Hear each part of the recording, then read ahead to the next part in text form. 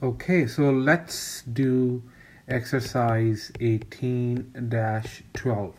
Okay, so I'm not doing 18-11, which is kind of a similar problem. I'm just overviewing, I'm going to 18-12 straight away. I also noticed that my videos are not perfect, neither I'm planning to make them perfect. They're just a way for students to do some extra work at home, do their practice, do good in their assignments, and because we're going to be doing these same problems in the class too. So please take them as they are. I'm trying to improve these videos as the time goes. So 18-12 says allocate transaction price. Shaw Company sells goods for that cost $300,000 to Ricard Company for $410,000 on January 2nd, 2017. The sales price includes an installation fee which has a standalone selling price of $40,000. The standalone selling price of the goods is $370,000. The installation is considered a separate performance and is expected to take 6 months. So it's kind of a similar problem. So you have the contract overall has a $410,000 transaction price, okay, for the contract, TP. Okay, and I said, like last time, now this price can be there can be a sweetener in this price, and so this price could be could have two performance obligations, 3 performance obligations, depending on what type of contract it is. But here in this example, we know this is the transaction price, but if according to the question, there are goods that are being sold, and goods that cost $300,000, right? In fact, in the last question, I forgot to put this inventory credit and cost of goods sold debit entry. So please make sure you always do that entry when you do a question like these, especially when you sell something. So this good that cost $300,000. So we know the standalone price for $40,000. So for installation. So $40,000 is the standalone price for installation. Okay. The standalone selling price of the goods is $370,000. Goods. The thing is, if you add it up, it just comes out to be $410,000, which is exactly equal to your transaction price. So now allocation is already clear because your standalone separate prices, if you add them up, they exactly equal to the transaction price. So we don't need to allocate separately.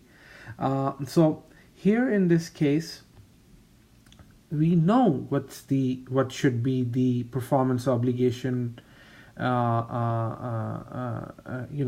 price for each, for installation and for goods. What revenue are we going to recognize when we will install and we will do the goods? So we have that already separated out because standalone prices are, if you add them up, they equal transaction price, right? So it says, okay, do the journal entry on January 2nd. Okay, so when we do a journal entry on January 2nd, we are assuming we are going to get an accounts receivable because there's no cash here for exactly $410,000. Okay, so we are on January 2nd, we are selling these goods. Okay, so the goods are gone, and that means the revenue is going to be exactly equal to the goods standalone price, which is $370,000.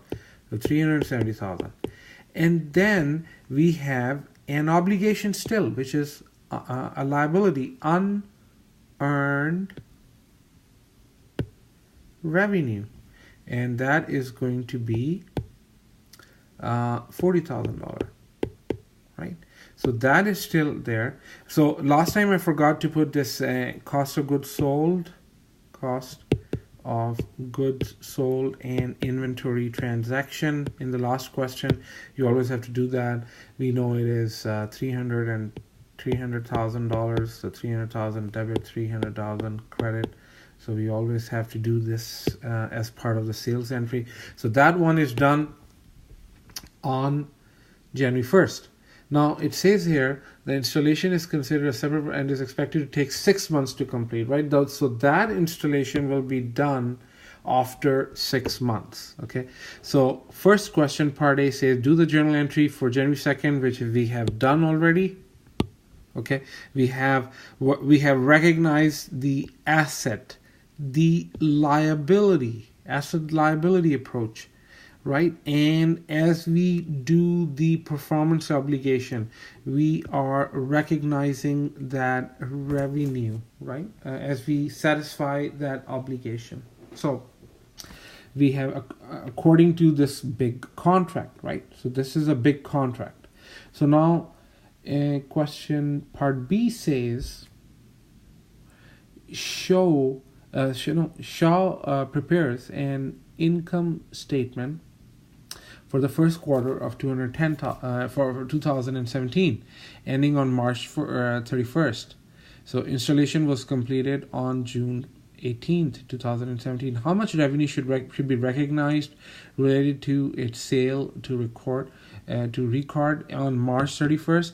So March 31st, since there's no installation done yet, so we can recognize that. The only revenue that we will recognize is $370,000, right? We have already done that. So because that's the only performance obligation